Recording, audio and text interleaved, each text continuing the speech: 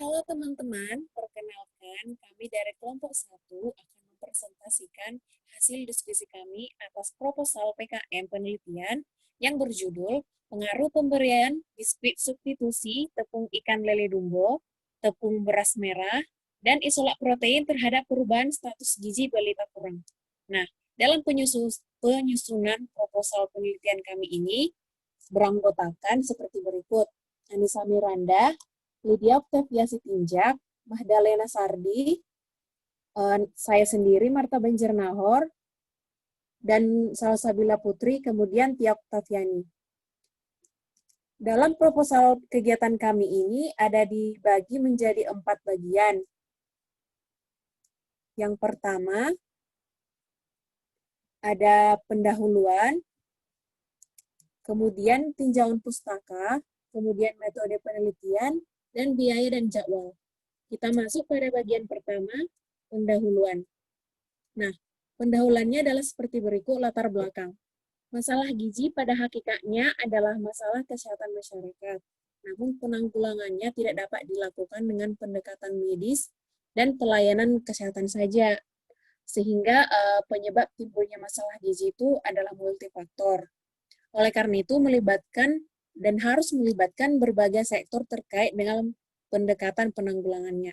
Nah, di Indonesia sendiri itu atau negara-negara berkembang, masalah gizi ini didominasi oleh masalah kekurangan energi protein.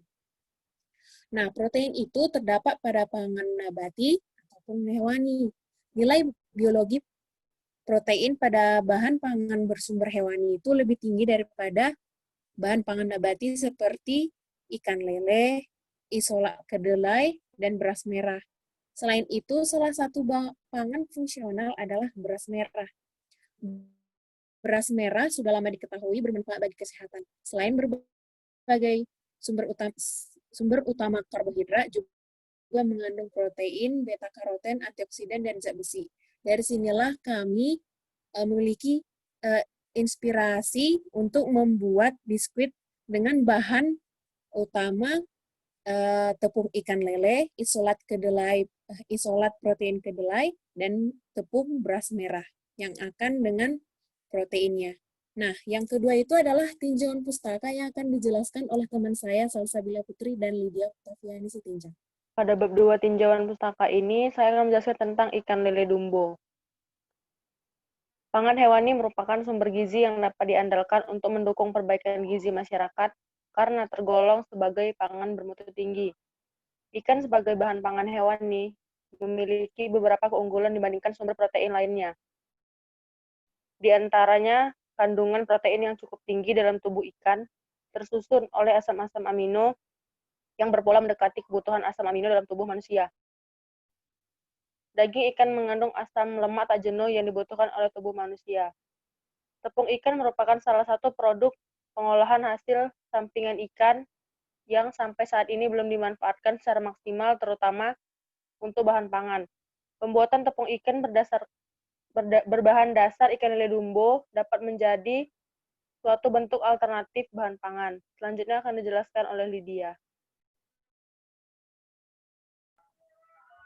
Selanjutnya terdapat tepung kedelai atau isolat protein. Nah, tepung kedelai atau isolat protein kedelai biasa digunakan sebagai komponen substitusi dalam pembuatan biskuit berprotein tinggi. Nah, fungsi utama substitusi isolat protein kedelai dalam produk olahan pangan adalah untuk meningkatkan kandungan protein. Isolat protein merupakan bentuk ekstraksi protein kedelai yang paling murni, di mana kadar protein minimumnya sebesar 90% berdasarkan persentase berat kering. Next. Selanjutnya tepung beras merah. Beras merah memiliki banyak manfaat bagi kesehatan. Selain sebagai makanan, beras merah juga digunakan untuk mencegah kekurangan pangan dan gizi, serta dapat menyembuhkan penyakit. Kandungan antosianin dalam beras merah diyakini dapat mencegah berbagai penyakit antara lain kanker, kolesterol, dan jantung koroner. Antioksidan merupakan pigmen merah yang terkandung dalam lapisan kulit beras merah. Beras merah mengandung karbohidrat khususnya pati yang tinggi yaitu 77%, 7% protein, 0,4% lemak, 0,4 serat kasar. Selanjutnya akan dijelaskan oleh Tia. Selanjutnya ada metode penelitian.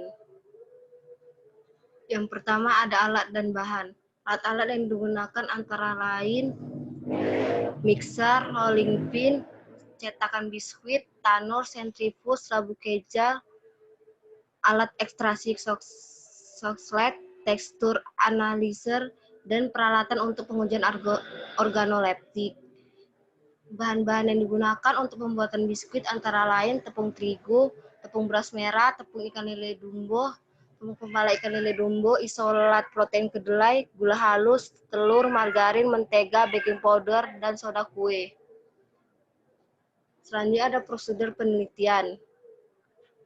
Karena pembuatan tepung ikan lele dumbo membutuhkan alat industri, jadi kami memutuskan untuk membeli tepungnya saja. Tapi ada beberapa cara pembuatan tepung ikan lele dumbo dan pembuatan tepung beras merah yang kami tahu sebagai berikut. Yang pertama, pembuatan tepung ikan lele dumbo. Tahapan pembuatan tepung meliputi penyiangan ikan, pemasakan menggunakan autoklaf pada suhu 121 derajat Celcius selama 2 jam, pengepresan, pengeringan, dan penggilingan. Drum dryer yang digunakan bersuhu 80 derajat Celcius dengan tekanan 3 bar, sehingga dihasilkan serpihan ikan kering yang sangat tipis yang kemudian dihaluskan menggunakan willy mill. Tepung yang dihasilkan setelah penggilingan berukuran 60 mesh. Tepung bedah ikan dan tepung kepala ikan kemudian dianalisis sifat fisik dan kimianya. Yang kedua ada pembuatan tepung beras merah. Pencucian dilakukan untuk membersihkan atau menghilangkan kotoran yang masih menempel pada bahan. Perendaman selama 12 jam bertujuan supaya tekstur beras merah menjadi lunak sehingga diperoleh tepung beras merah yang lebih mudah dihaluskan sehingga memenuhi standar ukuran 70 mesh. Pengeringan dilakukan untuk mengurangi kandungan air dalam bahan sehingga dapat menghambat pertumbuhan mikroba. Faktor suhu dan lama pengeringan menjadi perhatian karena akan mempengaruhi mutu produk akhir. Pengeringan dengan sinar matahari dengan suhu 50 derajat Celcius merupakan pengeringan secara tradisional. Penggilingan dilakukan untuk menghasilkan tepung beras merah yang memiliki tekstur yang lebih halus menggunakan alat penggilingan tepung. Yang kedua, ada pengayakan dilakukan untuk menghasilkan tepung beras merah sesuai ukuran partikel dengan ukuran 70 mesh. Selanjutnya akan dilanjutkan teman saya Madalena. Nah, selanjutnya itu ada formulasi biskuit tinggi protein. Nah, pada tahap ini, tepung ikan lele dumbo dilakukan formulasi biskuit dari bahan baku substitusi tepung ikan dan isolat protein kedelai dengan perbandingan tepung ikan lele dumbo dan isolat protein yang digunakan yaitu F4 atau 3,5:1,5:10. Perbandingan tersebut merupakan presentasi penggunaan tepung ikan dan isolat protein kedelai terhadap 100 gram adonan. Penambahan tepung beras merah sebanyak 7% dari jumlah tepung terigu. Nah, selanjutnya itu metodologi penelitian. Penelitian ini menggunakan rencana evaluasi metode objektif. Penelitian yang ingin kami coba adalah untuk mengatasi masalah status gizi kurang balita dengan cara pemberian biskuit yang tinggi protein dengan substitusi tepung ikan lele dumbo, isolat protein kedelai, dan tepung beras merah. Nah, metode objektif ini menggunakan uji organoleptik yang dianalisis secara deskriptif menggunakan skor masing-masing perlakuan. Untuk mengetahui pengaruh perlakuan terhadap daya terima panelis semi terlatih, dilakukan analisis statistik non-parametrik. Analisis Proximate yang diamatin yaitu analisis kadar air, kadar abu, kadar protein, dengan menggunakan metode Kejal dan metode termografik metrik untuk kadar air dan kadar abu. Kadar serat dengan menggunakan metode reflux dan kadar kalsium. Untuk pemilihan formula dilakukan dengan uji hedonik terhadap 30 orang panelis yang semi terlatih.